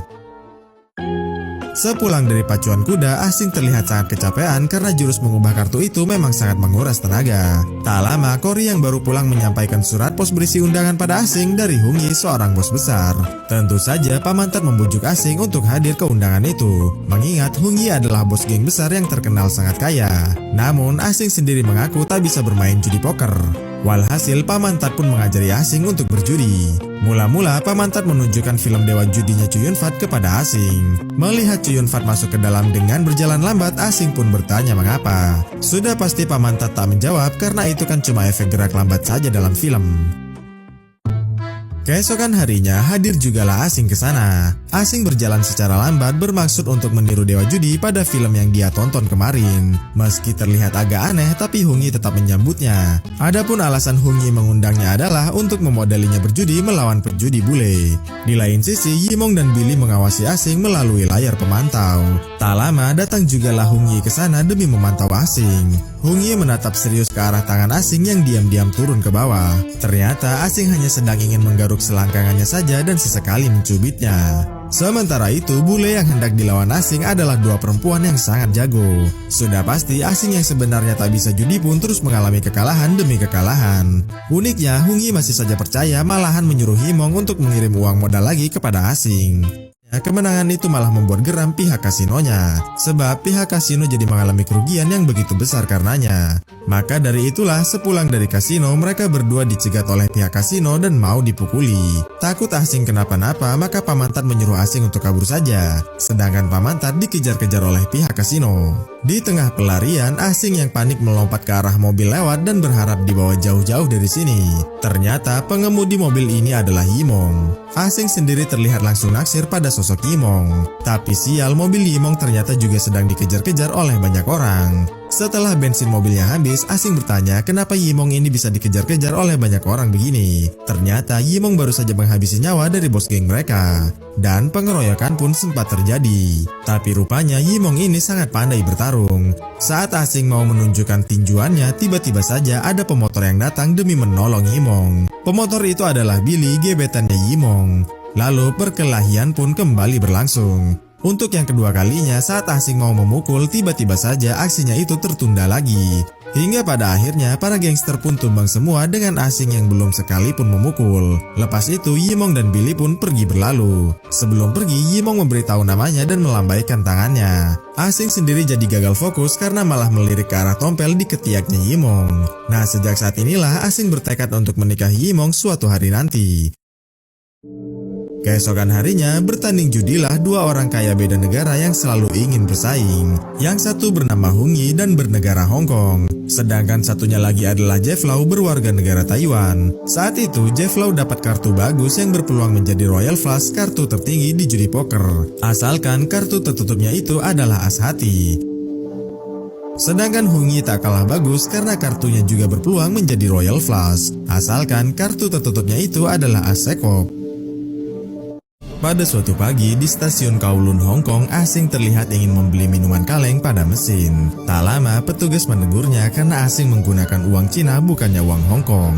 Sekedar informasi, Asing ini berasal dari Cina dan sedang menanti jemputan dari Pamantat. Lalu karena petugas tak mau meminjamkan uang Hong Kong kepadanya, maka Asing pun mulai memeluk mesin minuman itu. Dan hasilnya minuman kaleng pun keluar meski Asing tak memasukkan uang sepeser pun. Dari sini bisa diketahui bahwa Asing ini punya kekuatan gaib. Sementara itu, Pamantat malah sedang asik bermain mahjong dan lupa untuk menjemput Asing keponakannya itu. Beruntung Asing yang tahu alamat Pamantat terlihat sudah sampai di depan rusunnya. Walhasil Asing pun meneriakkan nama Pamantat, tapi sayang para penghuni rusun langsung melemparinya. Kemudian saat mau duduk di dekatnya penjual koran, Asing melihat berita pembunuhan yang sedang viral di Hong Kong. Lantas Asing yang banyak akal pun menghampiri Polwan untuk melapor bahwa pembunuh kasus viral itu ada di rusun sana. Adapun foto yang diajukan adalah fotonya Pamantat. Walhasil saat Pamantat lagi asik bermain bersama sahabat-sahabatnya, tiba-tiba saja polisi datang demi membekuk Pamantat. Sudah pasti Pamantat mengelak bahwa bukan dialah pelakunya. Di waktu yang sama, Asing akhirnya mengaku bahwa tadi dia hanya ingin mencari pamannya saja. Setelah tahu jika semua ini hanya salah paham saja, maka polisi pun meninggalkan rusun ini. Kemudian sesaat polisi pergi, sudah pasti Pamantat mengomeli Asing karena tadi iseng melaporkannya pada polisi.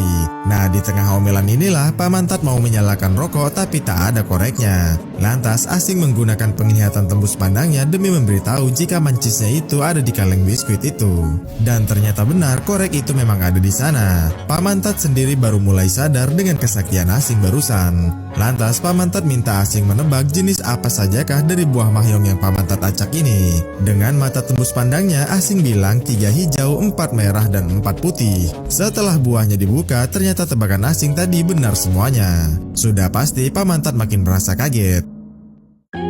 Keesokan paginya, saat sedang beristirahat, diketahuilah asal-muasal tenaga gaibnya Asing itu. Jadi, pada umur 9 tahun, Asing pernah sakit keras, tapi setelah sembuh, tiba-tiba saja Asing jadi memiliki tenaga gaib. Bahkan, Asing sempat bekerja di bandara untuk memeriksa barang bawaan para penumpang. Namun, setelah ada mesin X-ray, Asing jadi dipecat dan akhirnya merantau ke Hong Kong bersama Pamantat ini. Di malam harinya, Pamantat mengajak Asing ke kasino kecil-kecilan. Asing diminta untuk menebak angka dadu agar Pamantat bisa terus menang banyak. Sial. Sesampainya di sana, Dahi bertanya kepada wanita itu tentang berita penembakan ketua mafia tadi malam. Wanita tersebut mengatakan bahwa hal itu sangat jarang terjadi di Korea karena gangster di Korea jarang berperang seperti itu. Namun, hal tersebut bisa saja terjadi jika yang menyerang adalah geng kapak yang sangat kejam. Hal itu mungkin saja mereka yang melakukan penyerangan tadi malam. Setelah mereka pergi dari sana, Dahi mengatakan kepada Suhan bahwa penembakan itu sengaja terjadi untuk memicu peperangan. Karena mungkin pihak lawan membutuhkan senjata api dan penyelundup senjata api dibutuhkan dalam hal tersebut. Dan geng kapak adalah petunjuk yang mereka punya sekarang. Tetapi Suhan terlihat takut untuk menghadapi mereka dan membuat Dahi mengatakan dia seperti seorang pengecut. Akhirnya Dahi dan Suhan menyamar menjadi seorang polisi untuk menangkap ketua geng kapak. Namun ketua geng kapak mengatakan bahwa mereka tidak melakukan penyerangan tersebut. Beberapa saat kemudian terdengar penyerangan di luar kantor ketua geng kapak. Penyerangan tersebut dilakukan oleh sekelompok orang bertopeng menggunakan senjata api. Dan mereka lalu menembaki ketua geng kapak. Suhan pun dengan sigap memukul penembak ketua geng kapak dan mengambil senjatanya. Di saat suasana sudah mulai tenang, Dahi melihat di baju Suhan ada darah dan mengira dia tertembak. Namun ternyata itu hanyalah noda darah dari mimisan Suhan. Sebelum mereka pergi dari sana, Dahi dan Suhan mengambil ponsel dari ketua geng kapak di sana dan segera melarikan diri dari tempat tersebut. Di perjalanan, Dahi mengatakan kepada Suhan bahwa dia membutuhkan peretas untuk membuka ponsel itu. Dan Suhan mempunyai teman yang ahli dalam meretas. Mereka pun pergi menemuinya. Dia adalah seorang gamer sekaligus reveluf sama seperti Suhan. Di saat ponsel itu mulai diretas, terungkap bahwa geng kapak pernah membeli secara ilegal senjata api 3 hari lalu. Dan terungkap juga bahwa pemilik nomor yang menjual senjata api itu sedang ada di Seoul dan tinggal di sebuah apartemen. Dahi dan Suhan pun langsung pergi ke apartemen itu untuk mencari orang tersebut. Namun, dia lalu berbaur dengan orang-orang yang ada di sana. Dahi lalu mencoba menari bersama Park Dusik dan diam-diam mengambil ponsel tersebut dan memberikannya kepada Suhan. Suhan lalu segera pergi ke toilet untuk mengambil data yang ada di dalamnya. Namun ponsel Park Dusik sangat kuno dan tidak bisa disadap. Suhan hanya bisa melihat pesan di ponsel itu. Suhan lalu kembali menari dan mengembalikan ponsel ke kantong celana Park Dusik. Tiba-tiba ponsel Park Dusik berdering. Dia lalu menjawab telepon tersebut di luar kafe. Beberapa saat kemudian ada seorang pria lewat dan menyuntikkan sesuatu kepada Park Dusik yang membuatnya meninggal. Setelah kejadian itu, Dahi dan Suhan segera dibawa ke kantor polisi karena mereka terlihat mencurigakan. Namun karena tidak adanya bukti karena memang bukanlah mereka pelakunya, mereka pun segera dibebaskan. Pemimpin polisi yang ada di sana menyuruh untuk tetap mengawasi Dahi dan juga Suhan. Di saat Dahi dan Suhan sedang dalam perjalanan pulang, Suhan mengatakan kepada Dahi bahwa misi mereka telah selesai karena targetnya sudah meninggal. Namun Dahi mengatakan kepada Suhan bahwa Park Dusik telah sengaja dibunuh oleh seseorang dan itu menandakan bahwa bukan Park Dusiklah dalang sebenarnya dari penyelundupan senjata itu. Suhan mengatakan kepada Dahi bahwa dia tidak mengerti dengan kasus seperti ini. Hal tersebut membuat Dahi meragukan kemampuan Suhan. Lalu Suhan mengatakan bahwa dia melihat pesan dari ponselnya Park Dusik yang isinya dia sedang mengancam seseorang yaitu Jun. Park akan melapor kepada polisi jika Jun masih tidak bisa dihubungi. Namun petunjuk itu sama sekali tidak bisa membantu. Dahi lalu minta Suhan segera mengantarnya pulang. Di malam itu, Dahi menghubungi seniornya dan mengatakan bahwa agen yang bersamanya sekarang seperti bukan seorang agen. Namun sang senior yang tidak mengetahui apapun mengatakan kepada Dahi bahwa itu memanglah sikap dari agen itu. Dia berpura-pura seperti orang biasa supaya tidak diketahui oleh orang bahwa dia seorang agen rahasia. Sementara agen Ama yang sebenarnya sedang berada di rumah sakit tanpa identitas. Agen Ama adalah seorang agen rahasia yang sangat menutup diri dari banyak orang. Sehingga dokter yang ada di sana tidak tahu harus menghubungi siapa untuk memberitahukan keadaan agen Ama. Karena hal tersebutlah senior Dahi dan Dahi sendiri tidak menyadari kehilangannya. Keesokan harinya, Suhan menyebarkan poster tentang anjing yang hilang dari wanita yang membayarnya. Sedangkan Dahi mengajak Suhan untuk melanjutkan misinya karena dia mendapatkan petunjuk sebuah berita bahwa tadi malam ada seorang ketua mafia asal Korea Selatan yang ditembak dan membuatnya mati di tempat tadi malam. Dahi mengatakan bahwa dia perlu seorang yang mengerti dunia mafia dan juga geng. Suhan lalu mengetahui wanita yang mengetahui hal tersebut dan mereka pun pergi ke sana. Namun di sana terjadilah kesalahpahaman antara mereka. Dahi mengira bahwa Suhan adalah agen teman kerjanya itu, sedangkan Suhan mengira bahwa Dahi adalah seorang anak buah yang diutus agen Ama untuk membeli tempat sewanya. Namun di saat Dahi menjelaskan misi mereka, Suhan menjadi bingung dan tidak mengerti apa yang dikatakan Dahi, membuat Suhan menolak ajakan kerja sama mereka. Lalu Dahi memberikan uang muka kepada Suhan. Dahi berjanji kepada Suhan bahwa dia akan melunasi Suhan ketika mereka sudah berhasil menjalankan misinya. Suhan yang tertarik dengan uang itu segera setuju untuk bekerja sama dengan Dahi. Dahi lalu menjelaskan rencana misi mereka. Namun di saat Dahi sedang menjelaskan misinya, pemilik tempat sewa itu datang menagih kepada Suhan karena sudah lama tidak melunasi sewa di tempatnya. Lalu Suhan memberikan uang kepada pemilik tempat itu dan pemilik tempat sewa tersebut pergi dari sana. Dahi lalu melanjutkan menjelaskan misi mereka. Namun tiba-tiba seorang wanita datang ke tempat itu lagi. Wanita tersebut meminta kepada Suhan untuk mencarikan anjingnya yang hilang. Suhan menolak hal itu karena itu bukanlah pekerjaannya. Namun tiba-tiba wanita tersebut memberikan uang dan emas kepada Suhan. Suhan yang tertarik dengan uang setuju dengan wanita itu untuk mencarikan anjingnya terlebih dahulu. Setelah wanita itu pergi, Dahi kembali melanjutkan penjelasan tentang misi mereka. Dahi mengatakan kepada Suhan bahwa target mereka bernama Park Dusik. Park Dusik adalah seorang pria yang menyelundupkan senjata dari Cina ke Korea Selatan secara ilegal. Suhan yang mendengar hal tersebut menjadi terkejut karena hal itu sebenarnya diatasi oleh polisi bukanlah mereka. Namun Dahi mengatakan kepada Suhan bahwa polisi melakukan hal itu jika adanya bukti. Namun sekarang bukti itu tidak ada. Hal tersebutlah yang membuat Dahi dan Suhan harus melakukannya secara diam-diam karena mereka adalah seorang agen rahasia. Dahi juga mengatakan bahwa mereka harus menyadap ponsel Park untuk mengambil bukti data di ponsel itu. Sebelum melakukan hal tersebut, Dahi dan Suhan harus mendatangi sebuah kafe Tango yang ada di Gangnam karena tiap malam Park Do-sik selalu datang ke sana untuk menari. Sebelum mereka pergi ke sana, Suhan meminta Dahi menggunakan sebuah gaun untuk pergi ke sana. Singkat cerita, mereka pun sampai di sana. Dahi terkejut karena di sana tidak ada yang menggunakan gaun seperti dirinya. Namun hal tersebut sudah terlanjur, lalu mereka berlatih di sana dan mengakrabkan diri dengan orang-orang yang ada di sana. Malam hari pun tiba, Park Do-sik datang ke tempat itu. Film diawali dengan memperlihatkan beberapa penjahat yang sedang menyelundupkan senjata api menuju Korea Selatan.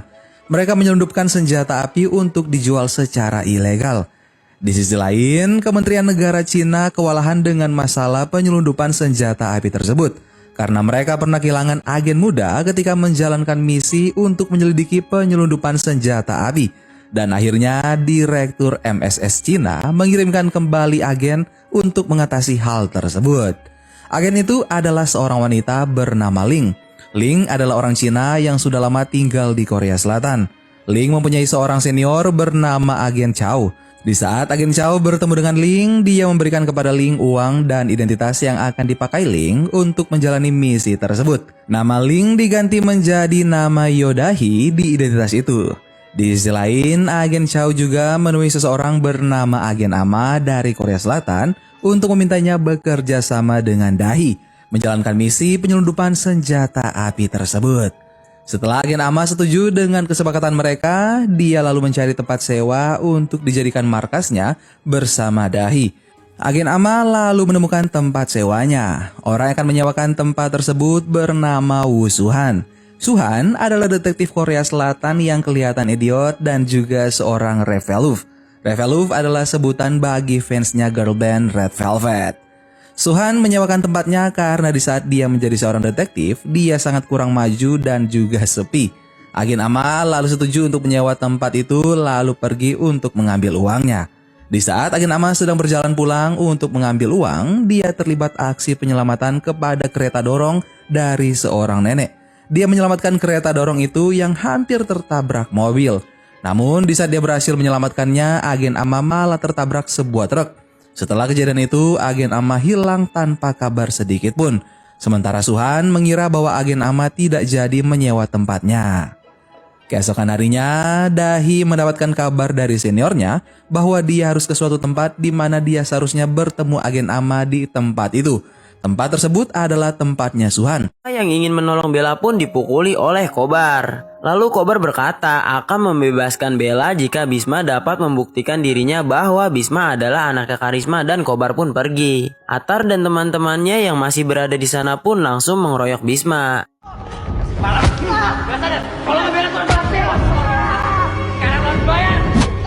Kemudian pria misterius yang melihat Bisma dikeroyok itu pun langsung merasuki tubuh Bisma dan menghabisi Atar beserta teman-temannya. Setelah itu Bisma pulang untuk mencari kebenarannya. Lalu ia menemukan foto ibunya bersama Karisma yang ternyata selama ini adalah pria misterius yang mengikuti Bisma. Dia pun menanyakan hal itu kepada ibunya dan bilang bahwa dia sering melihat ayahnya yang sering datang ke toko dan menemaninya saat membuat mie. Mendengar hal itu, ibunya pun marah dan mengatakan bahwa ayahnya sudah mati karena dibunuh orang. Padahal jasa ayahnya sudah banyak untuk negara, tetapi jasanya tidak dihargai dan hanya menjadi penjaga klub malam. Ayahnya juga sering dipaksa melakukan pertarungan judi dan harus kalah. Karena alasan itulah yang membuat ibunya tidak mengizinkan Bisma belajar bela diri karena takut Bisma akan sama seperti ayahnya. Kemudian ibunya memberitahu tempat semua penghargaan ayahnya disimpan. Bisma pun langsung bergegas pergi ke tempat tersebut. Ketika sampai di sana, Bisma bertemu dengan ayahnya dan langsung melepas rindu. Papa selalu berdoa biar Papa dikasih waktu untuk bisa pamit sama kalian, untuk bisa pastiin kalau kalian baik-baik aja. Di tengah obrolan, ibunya datang untuk menyusul Bisma. Kemudian Bisma berkata bahwa ayahnya sedang berada di tempat itu. Tetapi ibunya tidak mempercayainya. Lalu Bisma menyuruh ibunya untuk menanyakan pertanyaan yang hanya diketahui oleh ayahnya. Tanya sama Bisma yang cuma Papa tahu jawabannya. Kenapa dia tidak penuhi permintaan saya di saat kamu lahir? Tanya sama dia, Bisma. Karena kamu bilang Bisma sama seperti aku. Kamu bilang Bisma juara. Setelah Bisma berhasil menjawab semua pertanyaannya itu, ibunya pun baru percaya bahwa Karisma benar-benar berada di tempat tersebut. Kemudian mereka bertiga melepas rindu. Setelah itu, Bisma bersama ayahnya mendatangi tempat yang Kobar maksud. Bisma yang sudah dirasuki oleh ayahnya bertarung melawan anak buah Kobar. Bertemu dengan karyawan ibunya. Karyawan ibunya pun berkata bahwa ibunya Bisma sangat khawatir sampai menutup dagangannya karena melihat Bisma yang diantar pulang oleh Bella dalam keadaan babak belur. Lalu Bisma berkata ia ingin menjadi kuat agar bisa melindungi ibunya. Tetapi ibunya tidak mengizinkannya untuk berlatih bela diri. Tak disangka ibunya sedang menguping pembicaraan Bisma dengan karyawannya. Kemudian ibunya pun mengajak berjualan di suatu tempat. Saat sedang berjualan, Bisma sedang dinasihati oleh ibunya dan sedang dilihat oleh pria misterius. Di sisi lain, bos Atar yang bernama Kobar sedang melihat video saat Atar bertarung dengan Bisma. Dia yakin bahwa jurus yang Bisma pakai adalah jurus yang pernah melukainya 20 tahun yang lalu. Karena merasa emosi, dia menendang salah satu teman Atar sampai tidak sadarkan diri. Lalu Kobar menyuruh Atar untuk membawa Bisma kepadanya. Scenes berpindah memperlihatkan Bisma yang sedang memegang balon untuk diberikan kepada Bella. Lalu dia dihampiri oleh seorang wanita yang sudah diselamatkannya saat dibawa oleh Atar di toilet kampus. Wanita tersebut sangat berterima kasih kepada Bisma. Tak lama dari itu, Bella datang dan langsung membawa pergi Bisma. Saat sedang mengobrol, Atar menghampiri mereka dan berkata bahwa ia ingin meminta maaf kepada Bisma. Untuk menebus kesalahannya itu, Atar mengajak Bisma untuk berlatih silat bersama. Lalu Bella yang merasa aneh pun mencoba melarang Bisma untuk menyetujui tawarannya Atar. Tetapi Atar yang mudah memaafkan itu tetap menerimanya. Terus lo pikir orang yang tega ngelakuin ini semua ke lo bisa berubah? Orang itu berubah karakternya itu butuh proses, butuh waktu. Scenes berpindah memperlihatkan Atar yang sedang video call dengan ibunya. Di sana ibunya berkata bahwa perceraian dengan ayahnya sudah disetujui oleh pengadilan. Akhirnya pengadilan memutuskan perceraian kami. Tak lama dari itu, Bella datang ke rumahnya untuk membujuk Atar supaya tidak melakukan hal yang jahat kepada Bisma. Atar yang sangat emosi pun langsung menyandra Bella. Singkat cerita, Atar dan teman-temannya membawa Bisma pergi untuk menemui Kobar. Di sana Kobar bertanya apa hubungannya Bisma dengan Karisma. Karena Bisma tidak kenal dengan Karisma, Kobar pun menyuruh Atar menyerang Bisma untuk mengetes kemampuan silatnya Bisma. Lalu Kobar memaksanya mengaku dengan cara menyandra Bella. Saat kondisi Bisma mulai membaik, dia langsung membantu ibunya untuk membuat mie. Bisma yang tidak sengaja memecahkan lampu membuat ibunya kaget dan terjatuh. Tetapi dengan cepat Bisma menyelamatkannya. Sontak saja semua orang kaget karena melihat Bisma yang begitu tangkas.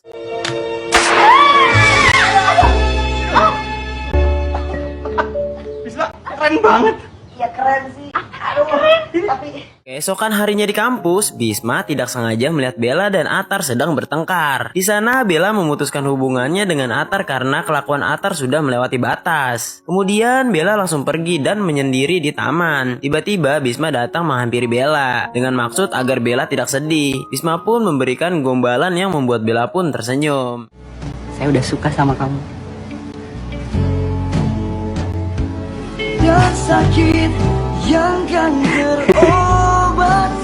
Kemudian Bisma mengantarkan Bella pulang ke rumahnya. Bersamaan dengan itu, ayahnya Bella juga tiba di rumahnya. Melihat tingkah konyol dan lucunya Bisma, ayahnya Bella pun menyukainya. Ketika Bisma ingin pulang, tiba-tiba motornya pun mogok yang membuat ia harus mendorongnya sampai rumah. Di perjalanan, Bisma ditelepon oleh Bella yang ingin menemaninya ngobrol sampai rumah. Tapi tiba-tiba ada sebuah mobil yang menabrak motornya dan ternyata itu adalah Atar bersama teman-temannya. Oh, mau. Hebat lu Basmi, masih bisa berdiri lo. Kemudian Atar bertanya kenapa Bisma bisa kuat pada malam itu. Bisma yang tidak tahu apa-apa langsung dipukuli oleh Atar. Ketika dalam keadaan di pojokan, tiba-tiba Bisma dirasuki lagi oleh pria misterius yang membuat Bisma bisa mengalahkan Atar dan teman-temannya.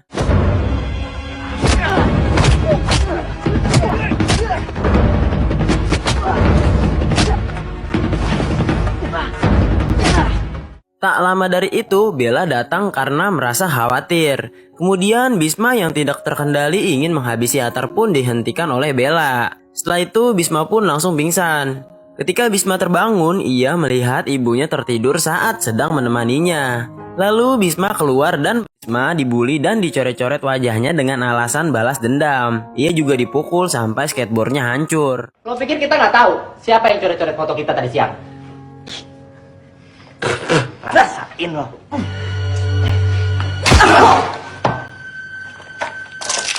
Kemudian saat Bisma sedang membersihkan wajahnya, Atar bersama teman-temannya masuk dan mengusir semua orang yang ada di sana. Kemudian Bisma mendengar percakapan Atar bersama seorang wanita dan sedang memberikan narkoba. Melihat hal tersebut, Bisma pun langsung menyemprotkan air kloset yang membuat Atar menjadi kotor dan langsung melarikan diri.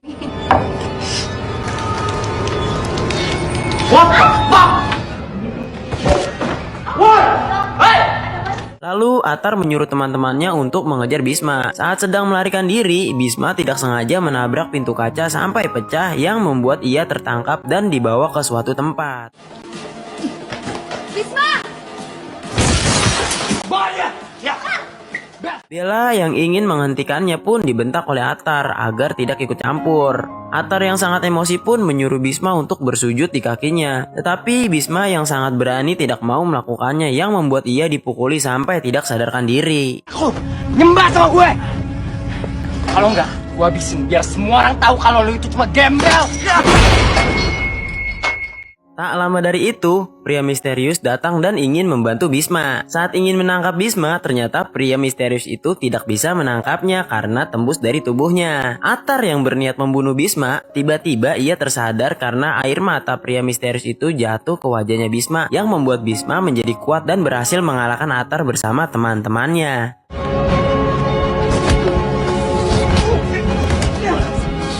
Dalam keadaan setengah sadar, Bisma menyuruh Atar untuk melarikan diri karena dia tidak bisa mengendalikan tubuhnya. Kemudian Bisma pun pingsan. Lalu Bisma terbangun di rumah sakit. Tak lama dari itu, Bella datang dan ternyata ia yang membawa Bisma ke rumah sakit dan juga melaporkan Atar ke polisi. Di sisi lain, Atar dan teman-temannya sedang dimarahi oleh bosnya karena kalah dari Bisma. Lalu bosnya itu menyuruh Atar untuk mencari tahu kenapa Bisma bisa sekuat itu. Kelakuan lo tuh kayak anak gak sekolah. Udah sini cepet buat tanda tangan. Keterlaluan banget sih lo. Saat Bisma berusaha mencari pulpen tersebut, tiba-tiba temannya Atar pun dengan sengaja memasukkan Bisma ke dalam tong sampah itu. Karena yang dilakukan Atar itu keterlaluan, Bella pun sangat marah. Walaupun diperlakukan seperti itu, Bisma masih tetap sabar dan dia mendapatkan pulpennya. Setelah mendapatkan tanda tangan dari Atar, Bisma pun dengan sengaja memeluk Atar dengan baju kotornya. Makasih banyak. Atar yang emosi pun langsung pergi. Kemudian saat Bisma ingin meminta tanda tangan Bella, ia pun disuruh untuk membersihkan dirinya terlebih dahulu. Sehabis membersihkan dirinya, Bisma melihat ibunya yang sedang memberikan mie ayam gratis kepada mahasiswa di sana dengan maksud supaya Bisma tidak dibully di kampus tersebut. Tetapi malah sebaliknya, Bisma justru dibully oleh Atar yang melihatnya. Basmi, ternyata nyokap lu tukang dagang bakmi. Seiring berjalannya waktu, Bisma mulai akrab dengan mahasiswa di kampus tersebut. Di sana, ia bertemu dengan Bella yang ingin latihan menari. Bisma yang berniat ingin mengikuti UKM karate pun mencari tempat latihannya. Tetapi ketika ia sampai di tempat latihan itu, ternyata Atar yang menjadi pelatihnya dan Bisma pun mengurungkan niatnya. Berdiri yang tegak. Ini contohnya nih. Belum apa-apa udah mundur. Lalu ketika Bisma ingin pergi, ia melihat poster Atar di dinding dan langsung mencoret-coretnya. Ternyata teman Atar melihat posternya tersebut. Saat Bisma sedang melarikan diri, ia terhenti karena melihat Bella yang sedang latihan menari. Di sana Bisma kaget karena pria misterius itu tiba-tiba muncul di sampingnya. Si Om ngapain di sini? Begitu ada kesempatan, kamu kejar. Di tengah obrolan, Bisma ketahuan oleh Bella yang sedang mengintip. Ia beralasan sedang mengobrol dengan seseorang. Tapi anehnya, pria misterius tiba-tiba menghilang. Bisma pun langsung pergi dari tempat tersebut. Pada malam hari, kampus sedang mengadakan sebuah acara. Bisma yang sedang mencari Bella pun diajak pergi keluar oleh temannya Atar. Di sana, Bisma sudah ditunggu oleh Atar dan teman-temannya. Kemudian, film ini dibuka dengan diperlihatkannya seorang pria yang bernama Bisma. Di sana, ia tinggal bersama ibunya yang bernama Sarah. Hari itu adalah hari pertama Bisma masuk kampus. Ketika di perjalanan, mereka ditilang oleh polisi karena mengendarai motor sambil membawa gerobak. Karena hari itu adalah hari pertama Bisma masuk kampus, akhirnya gerobak mereka ditahan oleh polisi. Jadi, maaf, Anda saya tilang. Setibanya di kampus, dia melihat para senior di kampus itu sedang memarahi maba yang datang terlambat. Untuk menghindari para senior tersebut, Bisma pun masuk ke dalam sebuah mobil yang ada di depannya. Tanpa disangka, di dalam mobil itu ada seorang wanita cantik yang bernama Bella. Bella pun terkejut dan berteriak karena Bisma tiba-tiba sudah ada di dalam mobilnya. Lalu tiba-tiba mereka dihampiri seorang pria yang bernama Atar. Ia adalah pacar Bella dan juga merupakan senior di kampus tersebut. Kemudian Bisma meminta maaf kepada Bella. Tetapi Atar yang sudah termakan api cemburu langsung memukul Bisma. Gue minta maaf sama Bella, bukan sama lo. Atar berhenti. Ketika dipukuli, untungnya seorang dosen memanggil Atar dan teman-temannya untuk mengurus maba yang lain. Atar yang masih emosi pun berkata akan menghabisi Bisma saat di ospek. Ketika Atar dan teman-temannya pergi, Bella pun meminta maaf atas kejadian tersebut. Bisma pun memaklumi hal itu dan berkata kalau dia jadi pacar Bella, dia juga tidak akan rela jika Bella didekati oleh pria lain. Wajar, saya juga gak bakal rela kalau kamu dicium cowok lain. Ketika Bisma pulang, ia langsung membantu ibunya yang sedang berjualan mie ayam. Kemudian Bisma dihampiri oleh pria misterius yang langsung menanyakan wajahnya yang lebam.